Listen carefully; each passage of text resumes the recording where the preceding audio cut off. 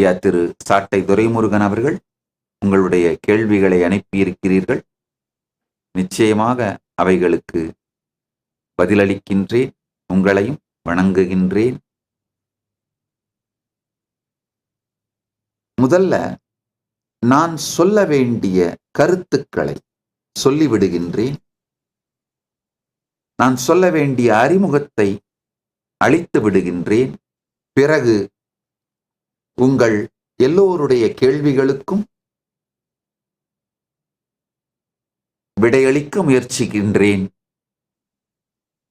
பல பேருடைய கேள்விகளுக்கு விடையளிக்க வேண்டும். பல பேருடைய விடைகளை கேள்வி கேட்க வேண்டும். இந்த இரண்டையும் தான் இந்த சத்சங்கத்தின் மூலம் செய்யப் போகின்றேன். பல பேருடைய கேள்விகளுக்கு விடையளிப்பேன். பல பேர் வைத்திருக்கும் விடைகளை கேள்வி கேட்பேன். மனித இனம் முழுமைக்குமே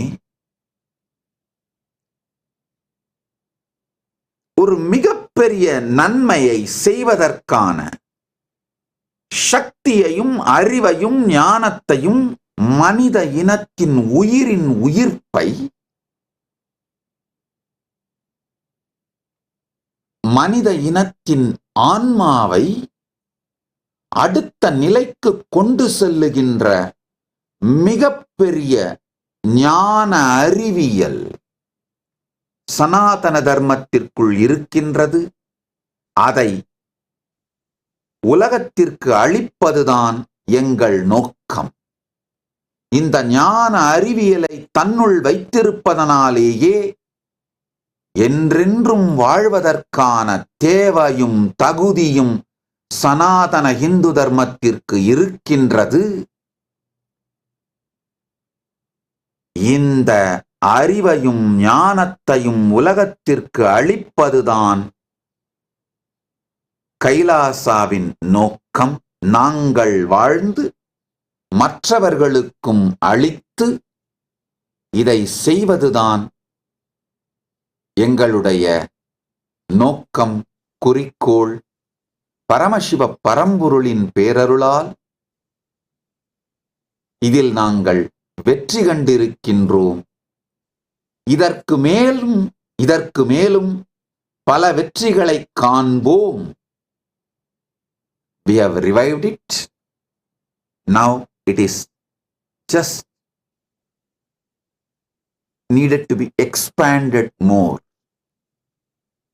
மறுமலர்ச்சியும் புனரமைப்பும் செய்துவிட்டோம்.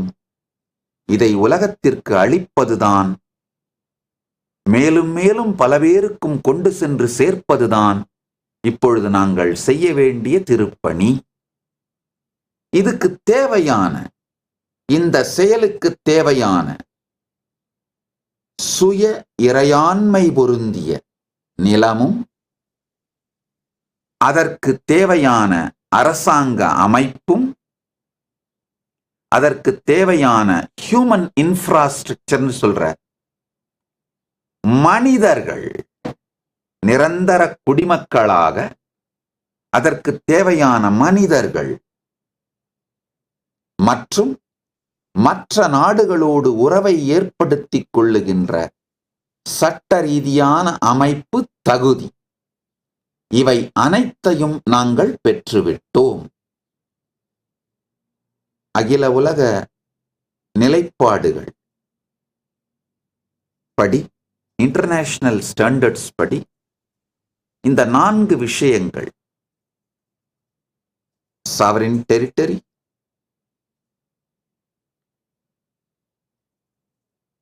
permanent population, government structure, ability to enter into relationship with other entities and global entities, international entities and countries. இந்த 4ஐயும் நாங்கள் பெற்றிருப்பதனால் எங்களை நாடு என்று நாங்கள் அழைத்துக் கொள்ளுகின்றோம். இன்டர்நேஷனல் ஸ்டாண்டர்ட் படி ஒரு நாட்டுக்கு தேவையான 4ஐயும் நாங்கள் பெற்றிருப்பதனால் எங்களை நாங்கள் நாடு என்று அழைத்துக் கொள்ளுகின்றோம்.